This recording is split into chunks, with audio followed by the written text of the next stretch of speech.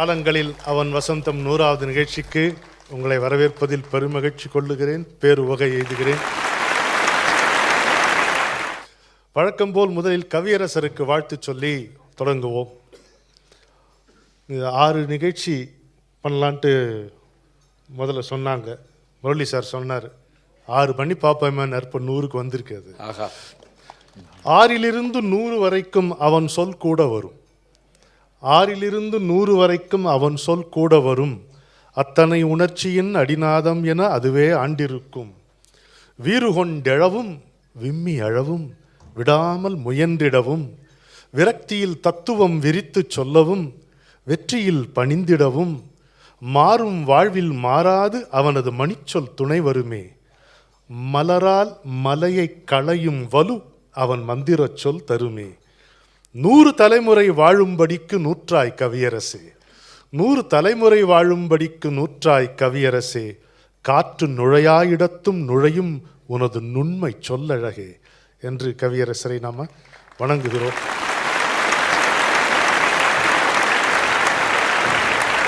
எந்த அறிமுகமுமே தேவையில்லாத ஒரு ஆளுமையாக திகழ்கின்ற, நான் முதல்ல குறிப்பிட்ட மாதிரி நம்முடைய வீட்டில் இவர் ஒரு அங்கமாக இருக்கிறார். அந்த மாதிரி ஒரு பேர் சம்பாதிக்கிறது ரொம்ப கஷ்டம். பெரிய பேச்சாளராலாம் இருக்கலாம், அதெல்லாம் இருக்கலாம், எழுத்தாளராக இருக்கலாம். ஆனால் இவர் நம்ம சொந்தக்காரர் என்ற மாதிரி சொந்தம் கொண்டாடக்கூடிய, அது மதுரையில் இருக்கிறவங்களுக்கு தான் வரும். அவரை நம்ம வாழ்த்தி வரவேற்போம். ஆன்ற தமிழ் புகட்டும் ஆசிரியர் முகம் ஒன்று, ஆய்வாளர் பலரை ஆக்கும் ஆசானின் முகம் ஒன்று. எத்தனை PhD என்ன பண்ணி? 16 பேர் இவர்கிட்ட PhD பண்ணிருப்பாங்க. 65 பேர் MPhil பண்ணிருக்காங்க. பாத்தீங்களா? ஆன்ற தமிழ் புகட்டும் ஆசிரியர் முகம் ஒன்று, ஆய்வாளர் பலராக்கும் ஆசானின் முகம் ஒன்று, ஈன்றவர் தந்த வில்லி பாரதத்து முகம் ஒன்று. ரொம்ப பேர் தெரியாது. அவங்க அப்பா தந்த, இவங்க வீட்டு குடும்ப சொத்து எதுன்னு கேட்டிங்கன்னா, சோழவன் தானே நிறைய இருக்கலாம், இல்லைன்னு சொல்லலாம். ஆனால் அவங்களுடைய குடும்ப சொத்துங்கிறது வில்லி பாரதம் என்று. யாராவது அதிகாரிகள் வந்திருக்க போறாங்க. எதிர ஒரு IPS உட்காந்து. ஆமாம். ஆன்ற தமிழ் புகட்டும் ஆசிரியர் முகம் ஒன்று, ஆய்வாளர் பலரையாக்கும் ஆசானின் முகம் ஒன்று, ஈன்றவர் தந்த வில்லி பாரதத்து முகம் ஒன்று, இறுக்கம் தளர்த்துகின்ற இன்சொல் முகம் ஒன்று, வெள்ளித்திரை சின்னத்திரை வளைய வரும் முகம் ஒன்று, விரிவுகளை மிக செறிவாய் விரல் எழுதும் முகம் ஒன்று, அள்ளி கொள்ளை கொள்ளும் 6 முகம் இவர் கொண்டு, ஞான சம்பந்தருக்கு அமைந்த முகம் யாவும் நன்று. ஞான சம்பந்தருக்கு அமைந்த முகம் யாவும் நன்று. தென்மதுரை வாழுகின்ற இன்முகத்து நண்பர் இவர், தெய்வ பெண் போல் ஒருத்தி திருக்கரத்தை பற்றியவர். அவரை பற்றி நம்ம பார்க்கும்போதுனா அவர் ஹீ இஸ் லுக்கிங் இன்கம்ப்ளீட். அந்த அம்மாவும் கூட வந்தா தான் நல்லா இருக்கணுமோ. இதெல்லாம் எதுக்கு? அந்த இளநீர் பாயசமும் வடையும் தான், வேற. தென்மதுரை வாழுகின்ற இன்முகத்து நண்பர் இவர், தெய்வ பெண் போல் ஒருத்தி திருக்கரத்தை பற்றியவர், அன்பும் சிரிப்புமே ஆயுதமாய் ஏந்தியவர், அந்த சிவன் தவம் கலைத்து விழுந்து விழுந்து அவன் சிரிக்க பண்ணுகின்ற நண்பர் இவர். அந்த சிவன் தவம் கலைத்து விழுந்து விழுந்து அவன் சிரிக்க பண்ணுகின்ற நண்பர் இவர். பல்லாண்டு வாழ்க, பன்முகமும் நன்முகமாய் பல்குபவர் வாழ்க, நண்டின் நலமெல்லாம் நாளெல்லாம் சூழ்க, நம் தமிழின் இனிமை போல் நம் தமிழின் இனிமை போல் இவர் வாழ்வாங்கு வாழ்க என்று உங்கள் அனைவரின் சார்பிலும் அவரை வரவேற்று உங்களையும் அரங்கத்தையும் அவர் வசம் ஒப்படைக்கிறேன். நன்றி.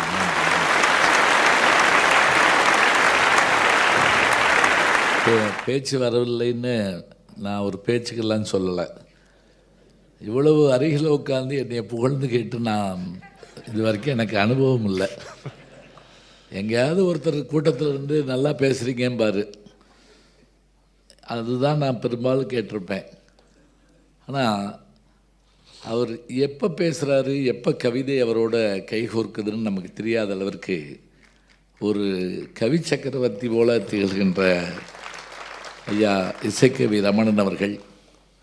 எனக்கு பல முகங்கள் சொன்னாங்க, அவங்களுக்கு அந்த மாதிரி உண்டு. பாரதி முகம் வேறு யாருக்கு இப்படி பொருந்தும்? யோசிச்சு பாருங்கள். எல்லாரும் பாரதியார் வேஷம் போட முடியுமா, வேடம் போட முடியுமா? அதே போல் ஆசு கவியாக, ஆசு கவிங்க 4 வகையான கவி உண்டு. ஆசு கவி, மதுரகவி, சித்திரகவி, வித்தாரகவி 4 சொல்லுவோம்.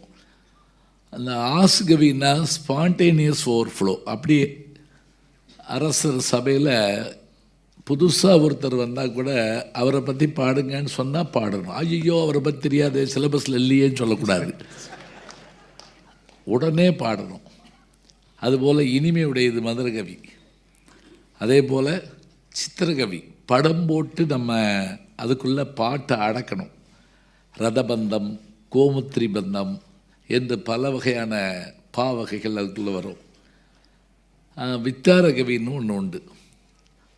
நம்முடைய சேக்கவி அவர்கள் அந்த 4 கவிதைகளையும் தன்னுக்குள் அடக்கி ஒவ்வொருவரையும் அழைக்கிற போது அவர் சொன்ன கவிதைகள் நேரம் இல்லை, அவர் 2வது தடவை சொன்னால் தான் நம்ம உள்வாங்க முடியும். ஏன்னா வணக்கம்னு சொன்னனால அப்படின்னா அப்படின்னு கேட்குறோம் நம்ம. இப்போ ஏன்னா இப்போ உள்வாங்கிற தன்மை நமக்கு குறைஞ்சி போச்சு. காரணம் தொலைக்காட்சி பார்த்துக்கிட்டே இருக்கோம். அது நம்மளை இப்படி ஒன்வே, அதனால் நமக்கு ஒன்றும் புரியலை. இப்போ நான் இங்கே இந்த கூட்டத்தை பார்த்து எப்படி வியந்தேன் தெரியுமா? 100 நிகழ்ச்சி அவங்க நடத்துகிறாங்கன்னா சாதாரணம் இல்லை. அது எவ்வளவு கடினமோ அதுபோல் இன்றைக்கி நீங்கள் இங்கே வந்து சேர்ந்துருக்கீங்கல்ல, அதுவும் கடினமாக தான் இருந்திருக்கு. இன்றைக்கி எந்த பக்கம் திரும்பினாலும் சுற்றி விட்டுக்கிட்டே இருக்காங்க. நான் கபாலீஸ்வரர் கோயிலில் இத்தனை முறை எப்பவும் சுற்றுனதே கிடையாது. திருஞான சம்பந்தர் காலத்துக்கு பிறகு அதிகமாக சுற்றுறது நானாகத்தான் இருப்பேன். இதில் ஒரு ஆச்சரியம், அந்த நமக்கு வழிகாட்டுறவருக்கு மொழி தெரியல, அதுதான் ஆச்சரியம். அவர் மொழி எனக்கு தெரியல, என் மொழி அவருக்கு தெரியல, 2 பேருக்கு வழி தெரியல. அதனால் சுற்றி வந்தோம். அரங்கு நிறைந்த காட்சின்னு பேருக்கு சொல்லுவாங்க. ஆனால் இன்றைக்கு அதை நான் பார்க்கிறேன். 100வது நிகழ்வாக இதனை நிகழ்த்துகின்ற ஐயா இசைக்கவி ரமணன் அவர்கள் பல்லாண்டு பல்லாண்டு பல்லாயிரத்தாண்டு பல கோடி 100,000 ஆண்டு வாழ வேண்டும் என்று நான் கற்ற தமிழால் நான் வாழ்த்துகிறேன். என்னை, என் குடும்பத்தை. அவங்க வீட்டுக்கு வந்திருந்த போது உளுந்த வடையும் இளநீர் பாயாசமும் அந்த அருந்திய நினைவை எப்போவும் எனக்கு சொல்லுவார். நான் சொல்லுவேன், எப்போ வந்தாலும் உங்களுக்கு அது உண்டு, அப்பப்போ செஞ்சது, ஒன்றும் பயப்பட வேண்டாம். அன்னைக்கு வந்தப்போ ஒரு வடை கொடுத்தீங்களே அதே தான் சாப்பிடுங்க, அப்படி சொல்லக்கூடாது. அதே போல் அத்தனை பேரையும் அவர் கௌரவிக்கிற போது என் கையில் அந்த பொன்னாடையை கொடுத்து அதை போட சொன்னார் பாருங்க. ஒரு நிமிஷம் அப்படியே கை நடுங்குச்சு. ஏன்னா வாங்கியே பழக்கப்பட்டதுனால, பொன்னாடையாக வாங்கி வாங்கி பழக்கப்பட்டது, போடுறப்ப கொஞ்சம் கிடுகிடுங்குது. அப்படியே எவ்வளோ பெரிய வாய்ப்பு, எத்தனை பெரியவர்கள், அத்தனை பேருக்கு. அதுலேயும் குறிப்பாக கவியரசருடைய குடும்பத்தை சார்ந்தவர்கள் எல்லாம் இங்கே வந்திருக்காங்க. நான் காரைக்குடியில் பேசுகிறப்ப சொன்னேன், கவியரசருடைய குடும்பத்தார் சம்பாதித்ததை காட்டிலும் அதிகமாக சம்பாதிக்கிறது யாருன்னா, இன்றைக்கி கவியரங்க மேடைகளில், பட்டிமன்ற மேடைகளில் அவரை பற்றி பேசக்கூடியவர்கள் தான் அதிகமாக சம்பாரிச்சுக்கிட்டு இருக்கோம். நியாயப்படி நாங்கள் உங்களுக்கு பங்கு தரணும். அப்படியான எங்கேயாவது பாடல் ஒழிச்சிட்டே இருக்குது. அத்தனை பெருமை. நான் போகிறப்பெல்லாம் வர்றப்பெல்லாம் பார்த்துக்கிட்டே இருப்பேன். இரவு நேரங்களில் பயணப்படுற போது, அந்த பயணத்தின் போது வழி நிற்பது எடு. அது சொல்லுவோம் நம்ம, வழிக்கு துணை யார், விழிக்கு துணை யார், மொழிக்கு துணை யார் என்று கேட்போம். அதுபோல் இங்கே கண்ணதாசன் அவர்களுடைய, கவியரசர் அவர்களுடைய குடும்பத்தார் வந்திருக்கிறாங்க. அதே போல் வந்திருக்கிற பெருமக்கள் அத்தனை பேரும் இந்த நிகழ்வை இவ்வளவு சிறப்பாக நிகழ்த்துவதற்கு 100வது நிகழ்ச்சி நடக்கிற போதும் அதே மகிழ்வோடு பாரதிய வித்யா பவனுடைய ஐயா தலைவர் அவர்கள், செயலர் அவர்கள், ஸ்ரீகிருஷ்ணாவுடைய ஸ்வீட்ஸுடைய நம்முடைய முரளி அவர்கள் 100வது நிகழ்ச்சியிலேயே அவங்க சிரிச்சிட்டு இருக்காங்க பாருங்க. அதுதான் பெரிய விஷயம். பல பேர் 3வது நிகழ்ச்சியில் இனிமேல் பார்ப்போம் அப்படிம்பாங்க. அந்த மகிழ்வு, பிறரை மகிழ வைத்து மகிழ்கிற மகிழ்வு. அன்னதானம், சொர்ணதானம் இதெல்லாம் கேள்விப்பட்டிருப்போம். இது ஞானதானம்னு நான் நினைக்கிறேன். இது ஞானதானம்.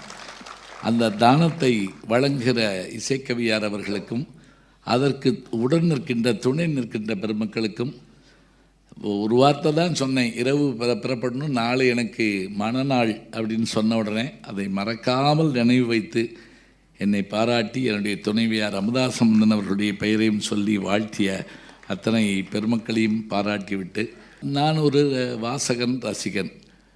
எப்படின்னா அவங்க எங்கே வந்தாலும் 10 நிமிஷம் பேசுகிறாங்கன்னா அதில் ஒரு 7 நிமிஷம் கவிதைகள் இருக்கும். இவருடைய குரலில் ஒரு ஆச்சரியம் என்னென்னா, பிபி சீனிவாஸ், ஏஎம் ராஜா கலந்த ஒரு கலவையாக இவருடைய குரல் இருக்கும். அதுதான் ஆச்சரியம். மென்மையாக அந்த கவிதைகள் வரும். அதுவும் எங்கள் வீட்டில் உட்கார்ந்த நேரத்தில் அவர் சொன்ன கவிதைகள் எனக்கு அப்படியே காதில் ஓடிக்கிட்டே இருக்குது.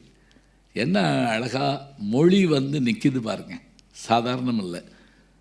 அதற்கு காரணம் இது வந்து கல்விக்குரிய இடம், சரஸ்வதி தேவி உரைகின்ற இடம். முதல்ல பாடலை சொல்கிற போதே அவர் சொன்னார் பார்த்தீங்களா, பாரதியினுடைய பாடலை எடுத்து சொல்லி, சில நேரங்களில் எது பாரதி பாடல் எது இசைக்கவி பாடல் நமக்கு தெரியலை, அந்த அளவுக்கு அவர் அதில் தோய்ந்திருக்கிறார். ஆய கலைகள் 64 ஏய உணர்விக்கும் எம்எம்மை தூய உருப்பழிங்கு போழ்வாள் என் உள்ளத்தின் உள்ளே இருப்பள் இங்கு வாராத இடர் என்று கம்பன் அந்த சகலகலாவல்லியாகிய சரஸ்வதியை பாடியிருப்பதைப் போல நாவிற்ற சரஸ்வதி நற்றுணையாக. வடநாட்டில் சரஸ்வதிக்கு பேர் என்ன தெரியுங்களா? வாக்தேவின்னு பேர். அவன் நாக்கில் அவன் நின்னான்னா தான் அது வரும். இங்கே அவருக்கு இருக்கிறது என்றால் காரணம் கவியரசரை எடுத்துக்கொண்டு அவர் எடுத்துக்கொண்ட பொருள் ஆழமான பொருள். 100 என்னங்க, 1000வது நிகழ்ச்சியும் நடக்கும். நான் சொல்கிறேன், 1000வது நிகழ்ச்சியும் நடக்க வேண்டும். அப்போ தான் நம்ம அடுத்த தலைமுறைக்கு கடத்துவதற்கு வந்து ஒரு வழியாக இருக்கும். அப்படியான ஒரு பெரிய மகிழ்வு. நான் வந்த உடனே ஒரு பட்டியல் கொடுத்தார் ஐயா. 100 நிகழ்வில் வந்தவர்களுடைய பெயர்கள் எல்லாம் அதில் இருந்தது. அதில் பலர் 2 முறை வந்திருக்கிறாங்க. நம்ம ஐயா கதைவசனம் எழுதி நம்ம எல்லாம் மயக்கிய எங்கள் ஊருக்கார் பாலமுருகன் அவர்களுடைய குமாரர் பூபதி ராஜா அவர்கள் 2 முறை எங்கே இந்த இருக்காங்க. இன்னைக்கு தெலுங்கு திரையுலகில் கொடிகட்டி பறக்கக்கூடிய வெற்றிப்பட எழுத்தாளர் அவர். அது மதுரைக்காரருங்க. அது பெரிய ஆச்சரியம். எத்தனை அழகு பாருங்க. இன்னொரு மகிழ்ச்சி என்னென்னா, இந்த நிகழ்வை தொடங்குகிற போது வாழ்த்துற போது ஐயாவுக்கு அந்த மரியாதை செய்கிற போது மீனாட்சி கைகளில் வந்தால் அப்போ ஒழித்த பாட்டு அது யாருடைய பாட்டுன்னா குமரகுருபருடைய பாட்டு. இந்த பாட்டு பாடின பார்த்தா உள்ளேருந்து பட்டுப்பாவையோடு இருந்த சிறுமி மன்னர் மடியில் போய் உட்கார்ந்து கழுத்தில் இருக்க முத்து மாலையை கழட்டி தமிழ் புலவனுக்கு மரியாதை செய்த பாட்டு தொடுக்கும் கடவுள் பழம்பாடல் தொடையின் பயனைங்கிற அந்த பாடல். அதை அவர் பாட, அவர் முரளி அவர்கள் வந்து மீனாட்சியை தர இவர்கள் பெற, என்ன புண்ணியம் செய்தனை நெஞ்சே என்று நாம் சொல்வதைப் போல இதை காணுகிற வாய்ப்பை இறைவன் நமக்கு தந்திருக்கிறான். அதுதான் பெரிய சிறப்பு. நான் பல மேடைகளில் இன்னும் சொல்கிறதா இருந்தால், நான் பேச வருகிற போது மேடைக்கு வருகிற போது எந்த துறையில் வர்றதுன்னு யோசிச்சுட்டு இருந்தேன். ஏன்னா ஒரு பக்கம் பெரும் பெரும் ஜாம்பவான்கள்லேருந்து பக்தி ஒரு பக்கம், இலக்கியம் ஒரு பக்கம், குடும்பம் ஒரு பக்கம் என்று பட்டிமன்றத்தை பிரித்து பேசிக்கிட்டு இருக்காங்க. அப்போ நான் என்ன பண்ணலான்னு சொல்லிட்டு எனக்கு தெரிஞ்சு இந்த திரைப்படத்தை எடுத்துக்கிட்டு அந்த திரைப்படத்தில் வரக்கூடிய பாடல்கள் மற்றவையெல்லாம் வச்சு செய்திகளை சொல்லலாம் அப்படின்னு முயற்சி பண்ணி அப்படித்தான் நான் முதல்ல வந்தேன். என்னென்னா, நான் எல்லா படத்தையும் எல்லா முறையும் பார்ப்பேன்.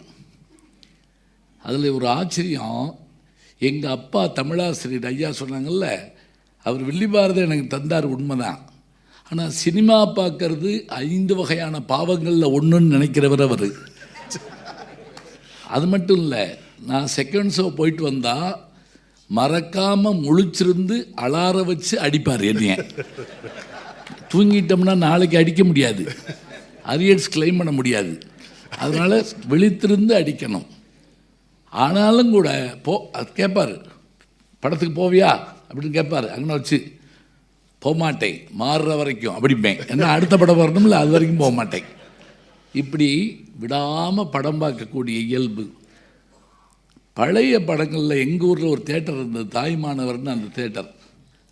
அதில் சோழவந்தானில் தாய்மானவர்னு ஒரு தேட்டர் இருந்தது. அதில் பார்த்திங்கன்னா அபூர்வமான படங்கள். இங்கே வந்திருக்க பலருக்கு தெரிஞ்ச கிருஷ்ண பக்தின்னு ஒரு படம், பியு சின்னப்பாவுக்கான படம் அது. அதே போல் ரத்னகுமார்னு ஒரு படம், அதுவும் பியு சின்னப்பாவுடைய படம் தான். இந்த படமெல்லாம் எப்படி நான் பார்த்தேன் அப்படின்னா, நான் யூடியூப்லேயோ இதெல்லாம் தேடலை. அன்னைக்கு அந்த தேட்டரில் ரசிகர்களின் வேண்டுகோளுக்கு இணங்க அப்படின்னு போட்டிருக்கோம்.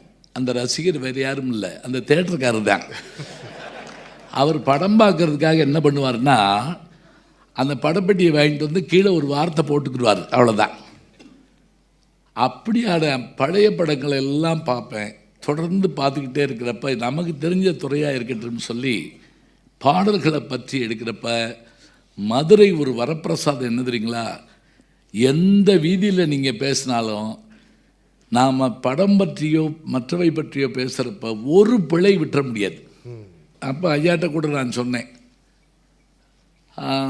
சக்கரவர்த்தி திருமகளில் வரக்கூடிய ஒரு பாட்டை சொல்லி அதை கரிமேடுங்கிற ஒரு இடத்துல நான் பட்டிமன்றம் நடத்திக்கிட்டு இருக்கேன். அதில் வந்து கண்ணதாசனா பட்டுக்கோட்டையாங்கிற மாதிரியான தலைப்பு. இதில் அவங்க அந்த டேப் அடிச்சுக்கிட்டு பாடுவாங்க. எம்ஜிஆர் அவர்களும் என்எஸ் கிருஷ்ணன் அவர்களும் பாடுவாங்க. அதுக்கு பேர் லாவணின்னு பேர். லாவணின்னா எரிஞ்ச கட்சி எரியாத கட்சின்னு சொல்லுவோம். மன்மதனை எரிச்சாச்சா, ஆமாம், இல்லை இன்னைக்கு இருக்காரு, ஆமாம், இதைத்தான் பேசணும். இதுக்கு என்னென்னா அப்பப்போ அந்த இதை வாசிச்சுக்கிட்டே, இப்போ நீங்கள் கவிதைகளை சொல்கிறீங்க பார்த்தீங்களா, அப்போவே இயற்றி பாடணும். அந்த தாளம் தப்பக்கூடாது, பாட்டு விட்டுறக்கூடாது. இதை சக்கரவர்த்தி திருமகளில் என்எஸ் கிருஷ்ணன் அவர்களும் எம்ஜிஆர் அவர்களும் பாடுவாங்க. என்எஸ் கிருஷ்ணன் சொந்த குரல்லையும் எம்ஜிஆருக்கு சீர்காழி கோவிந்தராஜன் அவர்களுடைய குரல்லையும் வரும். சங்கத்து பலர் தங்கத்தோட பொற்பதக்கம் வங்கத்து பொன்னாடி பரிசளித்தார், இந்த சிங்கத்துக்கு ஈடில்லை என கழித்தார், அப்படி தான் ஆரம்பிக்கும். அதுதான் உலகத்திலே பயங்கரமான ஆயுதம் எது, கத்தி ஈட்டி கோடாரிலாம் சொல்லிவிட்டு இல்லை, நிலைகெட்டு போன நயவஞ்சகனின் நாக்குத்தான் அதுன்னு முடிக்கிறப்ப இதை நான் பட்டுக்கோட்டை பாட்டுன்னு சொல்லிவிட்டேன். எனக்கு என்னென்னா இப்போ ஓரளவு சொல்லிடலாம், ஒன்றும் கவலைப்பட மாட்டான் அப்படின்னா, கூட்டத்தில் ஒரு இருந்துச்சு இல்லை எப்படி இருக்குன்னு பார்த்தீங்களா. இப்போ நீங்கள் மேடையில் பேசுகிறப்ப தெரிஞ்சு வச்சுக்கோங்க, 1000 கைதட்டை நாங்கள் வாங்கிடுவோம், நோ அப்படின்னா போச்சு, அவ்வளோதான். நான் உடனே சரி என்ன படம்னு அவர்கிட்ட கேட்டேன். அது தெரியாது எனக்கு, அது யார் எழுதுனான்னு தெரியாது, ஆனால் இது இல்லை. அப்புறம் தேடி நான் ஊரெல்லாம் அலைஞ்சி, ஞாயிற்றுக்கிழமை சந்தைன்னு ஒன்று மதுரையில் உண்டு, அதில் பழைய புத்தகங்கள் எது இருக்கு வந்தீங்களா, சினிமா பாட்டு புத்தகம். சினிமா பாட்டு புத்தகங்கள்லாம் பெரிய வரம்ங்க. இப்போ அதெல்லாம் எங்கே கிடைக்குதுன்னு தெரில. ஏன் தெரியுமா, கதை வசனம் போட்டு மாலா என்ன ஆனால் அவன் கதி என்ன, இவர்களுக்கான நிலை என்ன, விடை வெள்ளித்திரையில் காண்க அப்படின்னு சொல்லி ட்ரெய்லர் போடுற மாதிரி போட்டுருவாங்க. ஆனால் அதில் சரியாக அச்சடிக்கப்பட்டிருக்கும், யார் எழுதுனது, எப்போ எழுதுனது எல்லாமே போட்டிருக்கும். அந்த புத்தகத்தை போய் தேடி பிடிச்சி கண்டுபிடிச்சி அந்த ஆசிரியர் யாருன்னு பார்த்தேன், அந்த கவிஞர் யாருன்னு பார்த்தா கிளவுன் சுந்தரம், கிழவன் சுந்தரம்னு போட்டிருந்தாங்க. கிளவுன்னா கோமாளின்னு அவருக்கு பேர் வச்சுருக்கார். அவர் எழுதின பாட்டுன்னு நான் கண்டுபிடிச்சேன். இது எதுக்கு தெரியுங்களா, நம்ம பழைய பாடல்கள் எல்லாம் பல இதை வந்து தெரியாமல் யார் எழுதுனா என்னன்னு தெரியாமல் விட்டுறோம். ஐயா கவியரசர் அவர்கள் எழுதின பாட்டை இப்போ பல பேர் என்ன பண்ணுவாங்கன்னா, நான் ஆசிரியர்னால எந்த கவிதையை கேட்டாலும் என்றார் திருவள்ளுவர் அப்படின்ட்டுருவாங்க. ஏன்னா அவனுக்கு தெரிஞ்ச ஒரே புலவர் திருவள்ளுவர் தான். திரையுலகத்தில் அது மாதிரி எந்த பாட்டாக இருந்தாலும் கண்ணதாசனுடைய பேரை சொல்லிட்டோம்னா மறுக்க மாட்டாங்க யாரும். அவர் எழுதாமல் யாருங்க எழுத முடியும்? நீங்கள் கேள்விப்பட்டிருப்பீங்கல்ல, அவருக்கு ஒரு அஞ்சலி கூட்டம் நடந்தபோது, கவியரசர் அவர்களுக்கு அஞ்சலி கூட்டம் நடந்தபோது எல்லாரும் மேடையில் உட்காந்துருக்காங்க. எஸ்பி முத்துராமன் ஐயா இருக்கார், மனோரமா இருக்காங்க, வாலி இருக்கார், எல்லோரும் இருக்காங்க. அப்போ மனோரமா ஆச்சு எந்திரிச்சு கண் போன போக்கிலே கால் போகலாமா, கால் போன போக்கிலே அந்த பாட்டை பாடி கண்ணீர் விட்டு கதறி இனி யார் பாட போகிறான்னு அழுக, மேடையில் இருக்க எல்லாரும் அழுக, வாலியும் சேர்ந்து அழுதுருக்காரு. இது ஏன் பாட்டு அப்படின்னு சொல்லி. ஆனால் என்ன பெருமையாக சொன்னார் தெரியுமா, என்னைய கண்ணதாசனோடு உன்னை ஒப்பிட்டு நினச்சிங்கல்ல, அது எனக்கு பெருமை அப்படின்னார். பாருங்கள், நம்ம வாழ்கிற காலத்துலேயே இப்போ வேற ஒன்றும் வேண்டாம், நான் எளிமையாக சொல்கிறேன் பாருங்களேன். மணப்பாறை மாடி கட்டி மாயவரம் ஏறு பூட்டி வயக்காட்டு விழுது போடு செல்லக்கணுன்னு ஒரு பாட்டை இருக்குது. மக்களை பெற்ற மகராட்சி, மக்களை நான் நடுவில் சொல்லிடுவேன் டக்கு டக்குன்னு, எனக்கு தான் வேலை. தப்பாக சொல்கிறேன், நீங்கள் சொல்லிடுங்க. இதில் வரக்கூடிய இந்த மக்களை பெற்ற மகராட்சி பாட்டை பழைய இதில் நான் சொல்கிறேன், பழைய பதிப்பில் இப்போ இவங்கெல்லாம் வந்து சரி பண்ணிட்டாங்க. கண்ணதாசன் பதிப்பில் பார்த்தீங்கன்னா அந்த பாட்டு இருக்கும், அவர் எழுதுனதாக இருக்கும். பட்டுக்கோட்டை பாட்டை எடுத்து பார்த்தீங்கன்னா அதுலேயும் அவர் எழுதுனதாக இருக்கும். 2 பேரும் எழுதலை, அதுதான் ஆச்சரியம். அதை எழுதினவர் யாருன்னு கேட்டிங்கன்னா மருதகாசி. மருதகாசி ஒரு மறக்க முடியாத மனிதர். இப்போ இதெல்லாம் இருக்கிற போது கவியரசருக்காக நடத்தப்படுகின்ற இந்த நிகழ்ச்சியில் ஒவ்வொரு முறையும் அந்த பாடலை பற்றி பேசுவதும் அந்த பின்னணியை பற்றி சொல்லுவதும் அதற்கு ஐயா அவர்கள் அந்த பாட்டை எடுத்து கொடுக்கறதும் பார்த்தா அடையப்பா கிடைக்க முடியாத ஒன்று. இது தலைநகரில் நடக்கிறதுக்கு ஐயா முரளி போன்றவர்கள் உதவி செய்கிற மாதிரி ஊராக நடத்துங்கய்யா, ஊராக நடத்துங்க. இப்படி 6 பேர் கைதட்டினா நடத்த மாட்டாங்க, எல்லாரும் கைதட்டான்னு நடத்துவாங்க.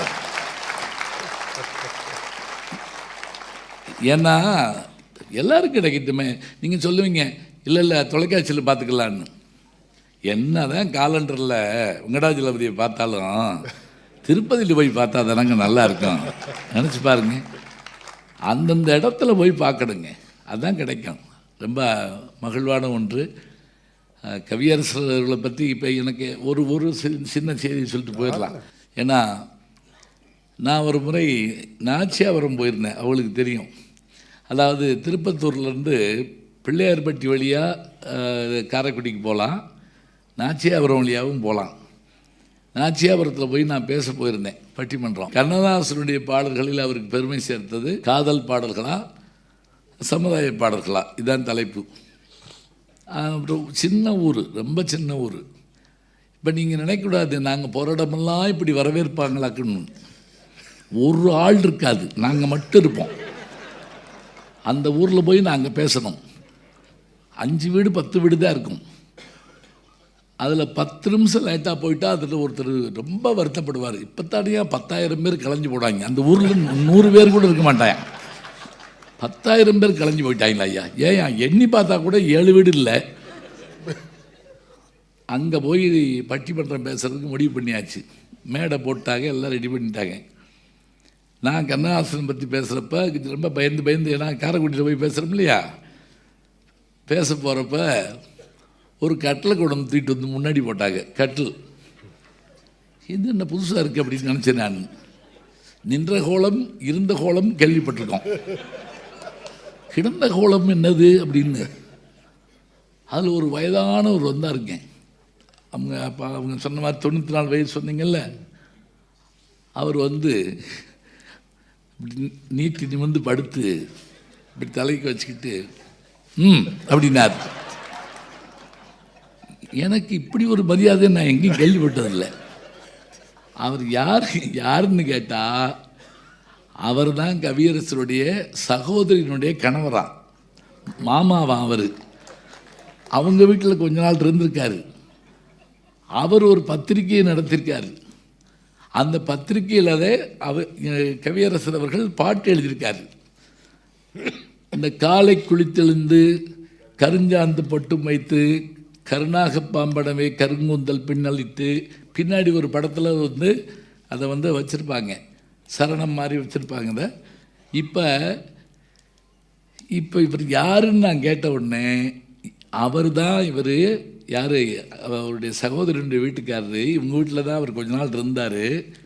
சொன்னதோடு மட்டுமில்ல, அவர் இப்போ பேசி பார்ப்போம் அப்படின்னாரு.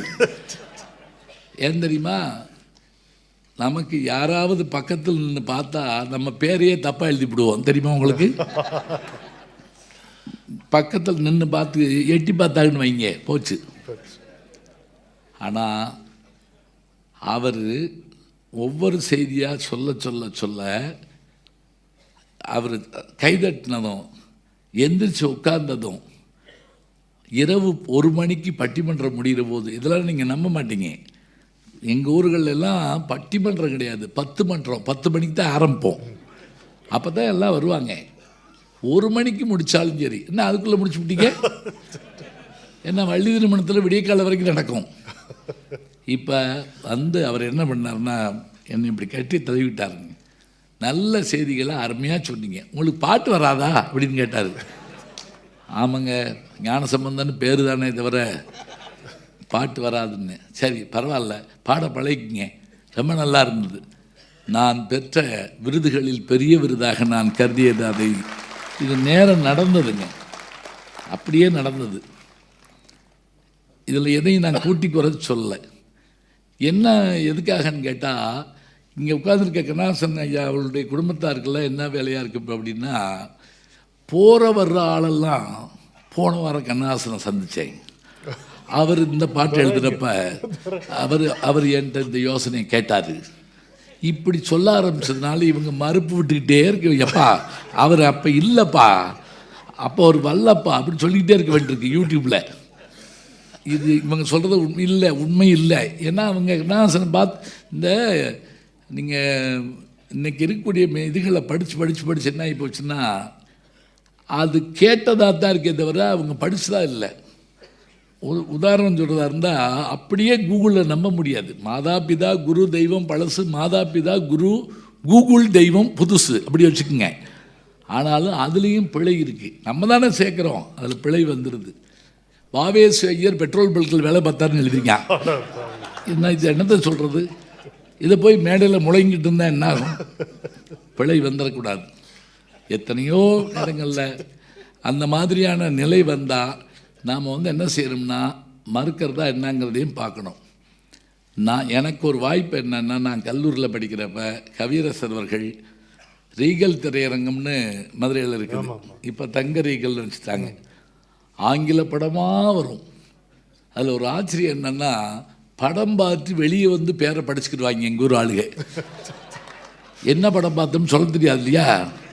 இப்போ சில பேர் இந்த கொடுக்குற உணவு பதார்த்தத்தை இதுக்கு பேர் என்ன அப்படின்னு கேட்டுக்கிடுவோம். அந்த ஒரு தடவை படிச்சுட்டு வந்து அந்த கதை சொல்கிறப்போ அவ்வளோ அருமையாக இருக்கும். இப்போ அங்கே அந்த ரீகல் திரையரங்கில் கவியரசர் அவர்கள் காலையில் பேசுகிறாருன்னு கல்லூரி முழுக்க போயிருந்தாங்க. அப்போ எங்களை தாண்டி போகிறாருங்க.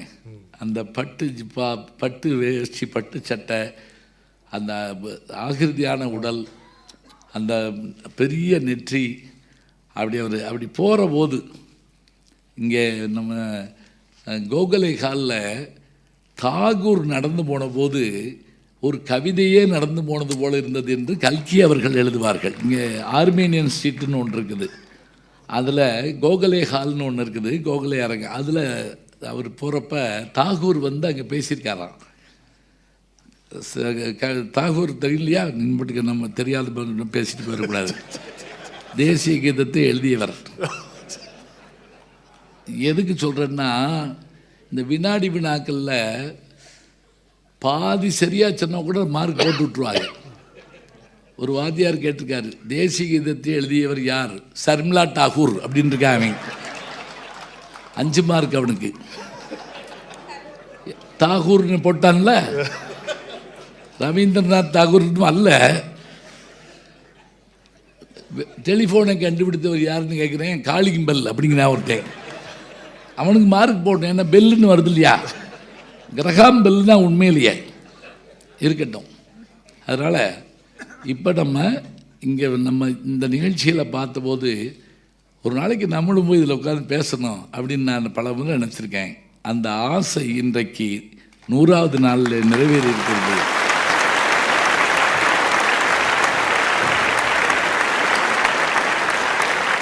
அந்த வாய்ப்பை தந்த பெருமக்களை எல்லாம் வணங்கி அவர் அப்படி போய் மேடை ஏறி பேசத் தொடங்கின போது 1 மணி நேரம் அந்த பட்டுச்சட்டையெல்லாம் நனைஞ்சு போச்சுங்க அவருக்கு. அப்போல்லாம் ஏசி பெருசாக கிடையாது, கூட்டம் வேறு, ஒவ்வொரு வார்த்தைக்கும் கைதட்டுதல், எதுவும் கையில் கிடையாது. அப்படியே பேசி இந்த பக்கம் அவர் திரும்பி பேசின அந்த பேச்சு இருக்கு இல்லையா, நான் ஒரு முறை பார்த்துருக்கிறேன் அவரை, அதனால் இதில் பேசுவதற்கு எனக்கு தகுதி இருப்பதாக நான் கருதுகிறேன். ரொம்ப ஆச்சரியம். இருங்க, மதுரையில் அந்த வருட ஞாபகம் இல்லை, ஒரு பட்டிமன்றத்துக்கு ஐயா கூப்பிட்டார், நானும் போயிருந்தேன். கண்ணதாசனை பற்றின பட்டிமன்றம். ஒரு பக்கம் முத்தையா தலைமையில் கண்ணதாசனுடைய கவிதைகள் தான் அவருடைய பெருமைக்கு காரணம்ட்டு, இன்னொரு பக்கம் திரைப்பட பாடல்கள் தான் காரணம் அப்படின்ட்டு நான் இந்த பக்கத்தில் பேசுகிறேன். அது ஒரு பெரிய விஷயம் இல்லைங்க. இவர் நடுவராக இருந்து ஒரு ஆடினார் பாருங்க, அது இன்ன வரைக்கும் மறக்க முடியாது. அதாவது அந்த பட்டிமன்றத்தையே முழுக்க ஒரு ரசனை முற்றமாக மாற்றிட்டார். அவ்வளோ ஒரு ரசனை களஞ்சியமாக போச்சு. ஒரு பாட்டுன்னு சொல்லும் பொழுது கரெக்டாக அந்த இப்போ பாஷா சொல்லுவார் இல்லையா, அது மாதிரி அந்த படம் வெளிவந்த ஆண்டு, யார் அதுக்கு இசையமைச்சாங்க, யார் பாடினாங்க, அதெல்லாம் உற்சாகமாக அவர் சொல்லிட்டு ஒன்று அழகாக பண்ண. அதாவது இந்த கவிதையும் பாடலையும் அப்படி சமன்வயப்படுத்தி அற்புதமாக நீங்கள் பண்ணீங்க. ராஜா முத்தியாமன்றத்தில் நடந்தது. அது காரணம் என்னன்னாங்க, அந்த கருப்பொருள் தாங்க. கண்ணதாசன் அன்னைக்கு தலைப்பு, அது திரைப்படத்தில் வச்சுக்கிட்டு சொல்கிறோம், அது சொல்லாமல் வேற என்ன சொல்ல போகிறோம் சொல்லுங்க பார்க்கலாம். அது உள்ளுக்குள்ளே நம்ம தனியாலாம் படிக்க வேண்டியது இல்லைங்க. நம்ம எப்போ யாரை தட்டி கேட்டாலும் ஒரு கண்ணதாசன் பாட்டு சொல்கிற அளவுக்கு ஒரு தலைமுறையை ஆண்ட மன்னன் யாரென்றால் கவியரசர் தாங்க. எந்த பாட்டை எங்கே சொல்கிறது, எப்படி கொண்டு வர்றது. ஆச்சரியம் என்னென்னா, என்எஸ் கிருஷ்ணன் அவர்களுக்கும் அவர் பாட்டு எழுதியிருக்கிறார். என்எஸ் கிருஷ்ணன் தொடர்ந்து தெனாலிராமன்கிற ஒரு படத்துக்கு வசனம் எழுதியிருக்கிறார். இந்த படத்தை நான் பார்த்தேங்க ஒரு நாள். இந்த மத்தியானம் 2 மணிக்கு சில சமயம் யாரும் பார்க்காதப்போ படம் போடுவாங்கள்ல, பார்த்துருக்கீங்களா? அது ஒரு முறை இருக்குது. அதை நான் பார்க்குறப்ப இந்த படத்தோடைய வசனம் இவ்வளவு நல்லா இருக்கே, யார் கதை வசனம்னு பார்த்தா கவிஞருங்க, கவியரசு கண்ணதாசன் அவர்கள் தான் தெனாலிராமன் படத்துக்கு, இப்போ வந்து தெனாலிராமன் இல்லை, பழசு. நீங்கள் இப்போ போய் அதை பார்த்துட்டு வந்துட்டு என்னையும் வையக்கூடாது, இதை போய் அப்படி சொன்னால் அந்த ஆள் அப்படி சொல்லக்கூடாது. பழசு. ஜமுனா அதில் கதாநாயகி, அதான் சிவாஜி கணேசன் தான் தெனாலிராமன். கிருஷ்ணதேவராஜ் யாருன்னு கேட்டிங்கன்னா என்டி ராமராவுங்க. அடே அப்பா, என்ன கம்பீரம், என்ன ஆகிருதிங்கிறீங்க. அற்புதமான படங்கள், பாட்டு வசனம்னா அப்படி வசனம். நம்ம நீங்கள் 100 நிகழ்ச்சியில் பாடல்களை எடுத்துக்கிறீங்கள, இனிமேல் ஒரு வாய்ப்பு இருந்தால் அவர் வசனத்தை மட்டும் எடுக்கலாம். வசனத்தை மொத்தம் எடுத்து பேசினா ஒரு நிகழ்ச்சியில் நம்ம மருது மோகன் ஐயா வந்திருக்காரு நினைக்கிறேன், இதோ இருக்காங்கல்ல, அருமையா அவருடைய வசனத்தை எடுத்து சொன்னார். நானும் அவருடைய பேச்சில் கேட்டிருக்கேன், அந்த புத்தக வெளியீட்டில் பார்த்தேன். அதே அப்பா, இன்னைக்கு என்னமோ பஞ்சு டைலாக்ங்கிறோம், அதெல்லாம் பழைய காலத்தில் இல்லைங்க. முதல் பஞ்சு டைலாக் பேசினவர் புரட்சித்தலைவர் எம்ஜிஆர் தான். மர்மயோகியில் இந்த கத்தியை வாயில் கவிட்டு அப்படி எடுத்துட்டு கரிகாலன் குறி வைக்க மாட்டான், குறி வைத்தால் தவற மாட்டான், இதை அப்படி சொல்லிக்கிட்டே போவாங்க. இதெல்லாம் பஞ்சு டைலாக். மகாதேவியில் வில்லன் பஞ்சு டைலாக் பேசி அதை எல்லாரும் கைதட்டிக்கிட்டே போவாங்க. மணந்தால் மகாதேவி, இல்லையேல் அது பிஎஸ்சி வரப்பா கிளாஸ் ரூம் மாதிரி. அப்போ பாருங்க, இப்போ இதையே நான் வந்து இதை நம்ம டெலிஃபோனை கண்டுபிடித்தவர் யாருன்னா டக்குன்னு வராது. இது பாருங்கள் அப்படியே வருது. இது முக்கியம் இல்லைங்க. அந்த அவர் கல்யாணம் பண்ணணும்னு நினச்சிருக்கக்கூடிய பெண்ணு கதாநாயகிக்கு பதிலாக எம்என் ராஜா அவங்கள கல்யாணம் பண்ணி வச்சுப்படுவாங்க. யாருக்கு? வீரப்பாவுக்கு. அவங்க ரொம்ப முதல் இரவில் அத்தான் அப்படிம்பாங்க, அப்படி சொல் அப்படிம்பாரு. ஆமாம், சொல்லிட்டு அத்தான் என்ற சத்தான வார்த்தையில் செத்தான் அடி இந்த கருணாகரன் அப்படிம்பாரு. அந்த அம்மா வாயை புத்தம், என்ன முதல் இரவில் இப்படி பேசிக்கொண்டு, தீ என்று சொன்னால் சுட்டுவிடவா போகிறது, அதாவதுங்க இந்த இடத்துலலாம் யார் கதாநாயகன் எங்கே இருக்காருன்னு தெரியாதுங்க. அதோடு மட்டும் இல்லை, அந்த பிறகு சாவித்திரி அடையிறதுக்காக அவர் எல்லாம் தீமைகளும் பண்ணிட்டு ஒரு இடத்துல சொல்லுவார், இதோ பார், உன் கணவனை வந்து காப்பாற்றுவான் என்று கனவு கண்டு கொண்டு இருக்காதே சொல்லிட்டு ஒரு பட்டியல் மாதிரி கொடுப்பார். எப்படி தெரியுமா? அப்படி அவன் வந்தால் அவன் பிணமாவான், நீ தனியாவாய், எனக்கு கனியாவாய் அப்படிம்பார். இப்போ தனியாக போய் வகுப்பில் பாடமெல்லாம் நடத்த வேண்டாம், நாங்கள் இப்படியே நடத்திக்கிட்டு இருக்கோம். ஏன் கட்டடிச்சிட்டு சினிமாவுக்கு போனேன், வகுப்பை காட்டிலும் சினிமா நல்லா இருக்குது, அதுக்காக போயிருக்கேன். நான் இப்போ என்ன செய்கிறது தெரியுமா, பையன்கிட்ட சினிமா போகாத, அதுலேயும் நான் தான் வருவேன், அதில் நீ காசு கொடுத்து பார்க்கணும், இங்கே ஓசியாக பார்க்கலாம், உட்கார் பேசாம.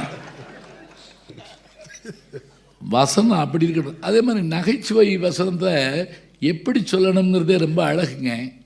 மாலையிட்ட மங்கை அவர் எதுக்காக எடுத்தார் தெரியுங்களா? உங்களுக்கெல்லாம் தெரிஞ்சிருக்கோம். இங்கே பாரு, எல்லாரும் மெட்டுக்கு பாட்டு எழுத சொல்கிறீங்க, என் பாட்டுக்கு மெட்டு போடணும், அதுக்காக நான் ஒரு படம் எடுப்பேன். அதுக்கு ஒரு படமே எடுத்தாருங்க மாலையிட்ட மங்கை. அதில் போய் மனோரமா அவங்கள கூப்பிட்டு, நீ இதில் நகைச்சுவை நடிகை. அந்த அம்மா, நான் கதாநாயகியாக நடிச்சிருக்கேன், அப்போ தான் ஒரு படம் வந்திருக்கு கொஞ்சம் குமரி. நான் எப்படி, நீ கவலைப்படாத, கதாநாயகியை நடித்தா 10 வருஷம், நகைச்சுவை நடிகையாக இருந்தால் 100 வருஷத்துக்கு நீ இருப்ப. அதே மாதிரி 1000 வருஷம் 1000 படம் அந்த மாதிரி நடிச்சில்லைங்க. அதில் காக்கா ராதாகிருஷ்ணன் தான் அவங்களுக்கு ஜோடி. காக்கா ராதாகிருஷ்ணன் யாருன்னா, அந்த தேவர் மண்ணில் வருவார் இல்லையா, கையை அப்படி மடக்கிட்டு. சிவாஜி அவர்களை திரையுலகுக்கு கொண்டு வந்த பெருமைகளில் அவருக்கும் உண்டு. அதை நீங்கள் எதில் பார்த்துருக்கலாம். திருச்சிக்கு அவர் வீட்டுக்கு தான் போகிறார். திருச்சிக்கு போகிறாரு அவர் பேர் வந்து, அவர் 2 பேர் காதலிப்பாங்க. யார்? மனோரமாவும் காக்கா ராதாகிருஷ்ணனும். இவங்க பேர் அஞ்சலை, அவர் பேர் சுடலை. ஒரு இடத்துல துப்பாக்கி எடுத்துகிட்டு, என்னை காதலிக்கிறே இல்லையா அப்படின்னு சொல்லிட்டு துப்பாக்கி எடுத்துகிட்டு ஓடியாடுவார். யார்? காக்கா ராதாகிருஷ்ணன். துப்பாக்கி எடுத்துகிட்டு ஓடியாடுவார், என்னை காதலிக்கிறாரா இல்லையா. இந்த காமெடி காதல்லாம் வித்தியாசமாக இருக்கும்ல. உடனே அந்த அம்மா துப்பாக்கியை காட்டினா நான் பயந்துருவேனா? அவர் சொல்லுவார், நான் உன்னைய சுடாமல் விட மாட்டேன் அப்படின்பாரு. இந்த அம்மா உடனே, அதுக்கு நான் ஒன்றும் அஞ்சலை, அந்த அம்மா பேர் அஞ்சலை, நான் சுடலை அப்படின்பாரு. உடனே அவர் பேர் சுடலை அஞ்சலை. நம்ம பேத்துக்கு புரியலை, அதையும் பார்த்தேன். ஏன்னா காமெடியை மாற்றி விட்டோம். காமெடியை பூரா இப்போ பாருங்கள், கதை அந்த பாத்திரத்தோட பேர் சுடலை முத்து, சுடலை ஆண்டி எல்லாம் வைப்போம்ல, திருநெல்வேலி பக்கம் வரும் இல்லையா, சுடலை மாடன் கோயில் பார்க்குறோம் இல்லையா. யார் சுடலைன்னா யாருங்கிறீங்க? சிவபெருமான் தாருங்க. தோடுடைய செவியன் விட ஏறிவோர் தூவன் மடி சூடி காடுடைய சுடலை பொடி பூசி என் உள்ளம் கவர்கள் வேணா அந்த சுடல் தான். நான் உன்னை சுடலை அப்படிம்பாரு, நான் அஞ்சலை அப்படிங்கிற அந்த அம்மா. தேட்டரில் கைதட்டினாங்க. இன்றைக்கி நம்ம என்ன செய்வோம்? பேசாமல் இருப்போம். ஏன்னா உள்வாங்கல என்ன போச்சுங்க. அந்த ராஜபாட்டுங்கிற ஒரு படத்தில் அம்மம்மா தம்பி என்று நம்பிங்கிற பாட்டுக்கு, அந்த பாட்டை கண்ணீர் விட்டு ரசித்து கேட்டுக்கிட்டு இருக்கப்ப என் பக்கத்தில் ஒருத்தர் நறுக்குன்னு திங்கிறாங்க. எனக்கு தாங்கவே முடியாத கோபம். அவனை இப்படி திரும்பி பார்த்தேன். எங்கள் ஊரில் சொல்லுவாங்க, சப்புன்னு இறுக்கி போடலாம் போல இருந்துச்சு அப்படின்னு. திருவள்ளுவர் கேட்பாருங்க, இந்த சுவைக்கு அவாடா பிறந்த நீயே, இது இருக்கட்டும்டா, இந்த சுவையும் உனக்கு வேணுமா இல்லையா? அது எவ்வளோ முக்கியம். செவிச்சுவைங்கிறது எத்தனை ஒரு பெரிய பெருமை. அதுதாங்க பாட்டை பாடினாலும் பேசினாலும் கேட்டாலும் அப்படியே மகிழ்ச்சியாக இருப்போங்க. 1 மணி நேரம் 2 மணி நேரம் 3 மணி நேரம் சொல்லிக்கிட்டே போகலாம். ஐயா நம்ம இதுக்குள்ளே வந்துடுவோம். என்ன நான் நீங்கள் எந்திரிச்சு போயிட்டீங்களா? ஃபோனில் அண்ணன் கேட்டார், என்ன எல்லாம் திட்டம்லாம் பேசினார், ரொம்ப சுவாரஸ்யமாக இருந்துச்சு. அது அப்படியே ரெக்கார்ட் பண்ணி போட்டிருந்தா இன்னும் நல்லா இருந்திருக்கும். அவ்வளோ சுவாரஸ்யம், சிரித்து தாங்கல. தொண்டை ஏற்கனவே உங்களுக்கு தெரியும், செவத்தில் தகரம் கீச்சின மாதிரி இனிமையாக இருக்கும் எனக்கு. அது வேற சிரித்து புண்ணாயிடுச்சு.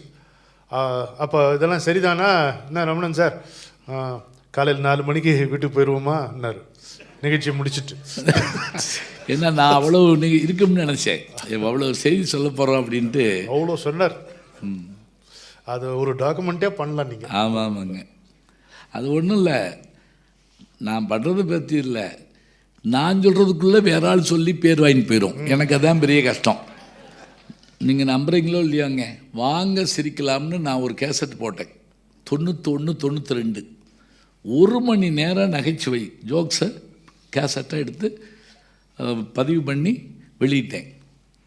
1000 கேசட் தாங்க போட்டேன், லட்சக்கணக்கில் வித்துச்சு. இதுவும் புரியலை, அவன் போட்டுக்கிட்டான். அதில் சில பேர் அந்த ஜோக்கை என்கிட்ட சொல்லி, இது நீ கேட்டிருக்கவே முடியாது. நான் என்ன செய்யறது? அதை பற்றி ஒன்றும் இல்லை. நான் வாங்கினது எங்கே வாங்கினேன்? நான் தான் சந்திரமண்டலத்தில் வாங்கினேன். இந்த பூமியில் வாங்கியதை இந்த பூமிக்கு தந்துவிட்டு போவது தான் நம்முடைய கடமைன்னு நம்ம நினச்சிட்டோம்னா, நான் கொடுத்தேன்னா அவர் கொடுத்தேன்னா அவர் நல்லா வரட்டுமே. கண்ணதாசன் திரைப்படத்தில் என்ன செஞ்சிட்டாருன்னு யாராவது கேட்டால் நான் என்ன சொல்கிறேன் அப்படின்னா, அவர் கதாசிரியர் கற்பனைக்கு, இயக்குனருடைய அந்த வசதிக்கு, தயாரிப்பாளருடைய செலவுக்கு ஏற்றபடியாக பாட்டை நாங்கள் அமைப்போம்னு சொல்லுவோம். அதில் என்னங்க அவர் வேலை இருக்குது? அவர் சிச்சுவேஷன் சொன்னாங்க, அவர் எழுதிட்டார், அப்படி தான் சொல்கிறோம். அப்படி இல்லைங்க, அப்படியெல்லாம் எழுதிட முடியாதுங்க. இப்போ உதாரணமாக ஆத்திசூடின்னு ஒன்று இருக்குது, கேள்விப்பட்டிருக்கீங்களா? அறம் செய்ய விரும்பு, அவ்வளோதான் தெரியும். 60 சினம்.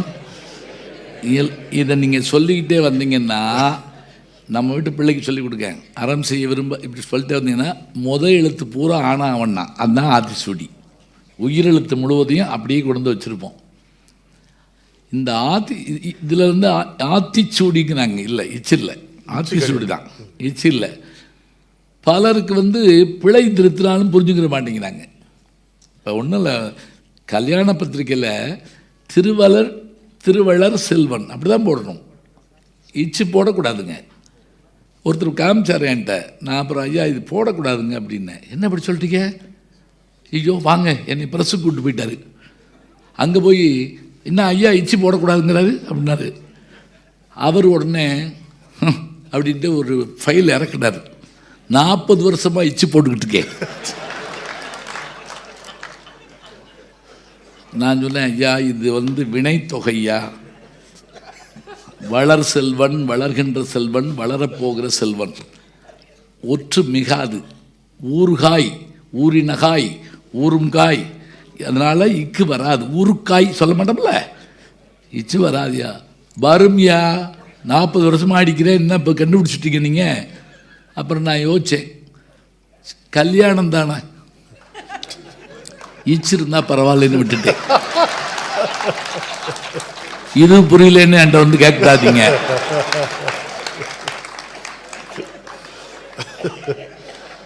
தமிழில் ஆத்திசூடியை முதல்ல அவ்வை எழுதுகிறாங்க, அறம் செய்ய விரும்பு எழுதுகிறாங்க. பின்னாடி பாரதி எடுக்கிறார், அச்சம் தவிர், ஏன்றீங்களா அடிமை நாட்டில் கிடக்கிறோம், ஆண்மை தவறையில் அப்படி எழுதுகிறார். ஏறத்தாழ 70க்கும் மேற்பட்ட, இன்னும் கூட வளர்ந்துருக்கலாம், ஆத்திசூடிகள் உண்டு. அறிவியல் ஆத்திசூடி சிற்பி அவர்கள் எழுதியிருக்கார், கவிஞர் சிற்பி அவர்கள் எழுதியிருக்காங்க. கண்ணதாசன் எழுதியிருக்காரா? எழுதியிருக்காருங்க. எது எழுதியிருக்காரு?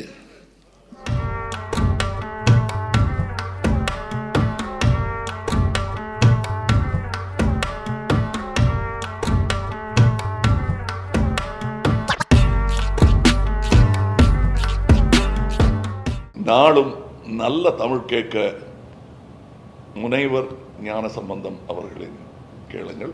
அவருக்கு மூத்த ஒரு ஞானசம்பந்தம் இருக்கார், அதுவும் பிரமாமான தமிழ், அதையும் அவரே சொல்லுவார். கண்டிப்பாக கேளுங்க, நான் கேட்டுட்டு இருக்கேன். வணக்கம் அன்புக்குரிய யூடியூப் நேயர்களே, நீங்கள் இன்னும் என்னை நெருக்கமாக பின்தொடர வேண்டும் என்று சொன்னால் ட்விட்டர், இன்ஸ்டாகிராம், ஃபேஸ்புக் போன்ற சமூக வலைதளங்களில் பின்தொடர்ந்து வாருங்கள். நாம் முன்தொடர்ந்து செல்வோம்.